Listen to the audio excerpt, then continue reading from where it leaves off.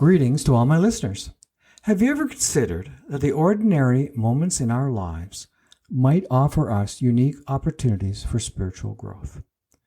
Welcome to my podcast, A Psychologist Looks at Scripture. I'm Peter Doherty, a Catholic priest and a psychologist. My goal is to blend my studies in psychology with Scripture studies to provide fresh insight into the Gospels and to explore contemporary pastoral teachings for all Christians. The Gospels serve as a profound source of wisdom about who God is and about our spiritual journeys. And there's always more to discover. Each episode of my podcast lasts about 7 to 10 minutes in length, during which I share reflections and insights that I hope will resonate with you and be useful to you. I encourage you to reach out with any questions or comments. Your feedback is always invaluable. Today we will focus on the Gospel of Luke, chapter 2, verse 22 to 40, which will be read in churches on February the 2nd, 2025. The scripture passage recounts the presentation of Jesus in the temple as a baby. According to Jewish law, firstborn sons were presented in the temple shortly after birth. In this narrative, Mary and Joseph faithfully adhere to the tradition. Their offering of 2 turtle doves indicates their modest means, as wealthier families would typically provide a lamb. There are several things that are remarkable in this story. First of all, I want to focus on the recognition of Jesus as the Messiah by Simeon and Anna, 2 prophets. This acknowledgement is extraordinary, especially considering that it took Jesus' disciples years to comprehend his true identity. In fact, one might argue that Simeon and Anna grasped Jesus' ministry more profoundly than Mary herself. I do not intend to diminish Mary's role in any way. Rather, I admire her willingness to consent to God's will despite not fully understanding it. This readiness to embrace God's plan inspires me as I seek discernment in my own life. Personally, I'm willing to follow God, but I always like to know how his call is going to impact my life. What are the implications? What is the direction? What do I need to know? How long is this going to last? And what are the end results? So I admire Mary, that she's free from all this and simply wants to do God's will. While it is natural to seek confirmation of God's will, such clarity, I've learned, is not always attainable in matters of faith.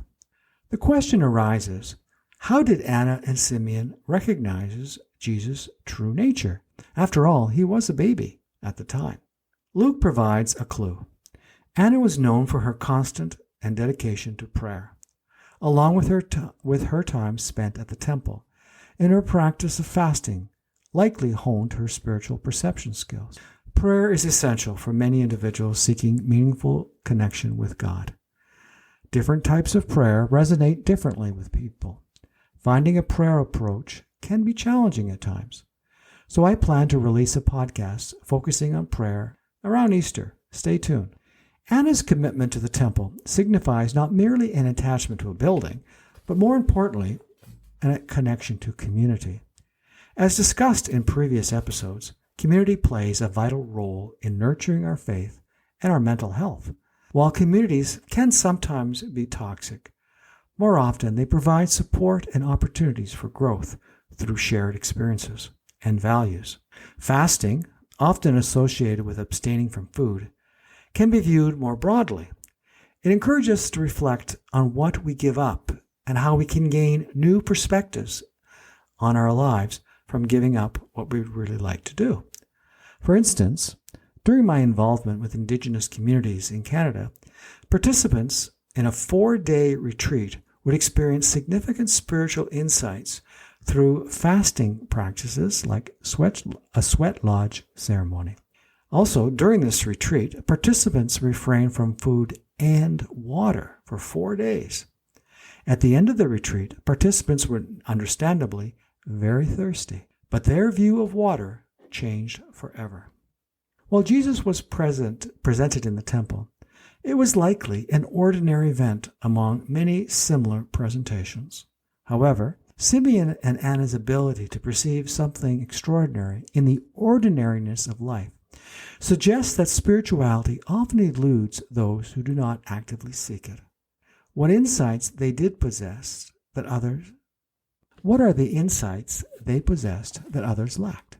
This passage prompts us to consider whether God communicates with us through the mundane aspects of our daily lives. I invite listeners to spend time reflecting on their lives and be open to God's revelation in the ordinariness of their lives.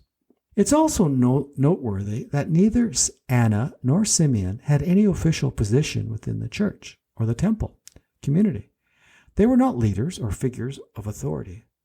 This indicates that anyone, regardless of status, can cultivate a direct relationship with God. The reading challenges those in authority and leadership or theological roles to recognize the Spirit operates beyond traditional boundaries. While this passage centers on an event from Jesus' life, it serves as a reminder that God is present in our everyday actions. We simply need to remain open to His presence.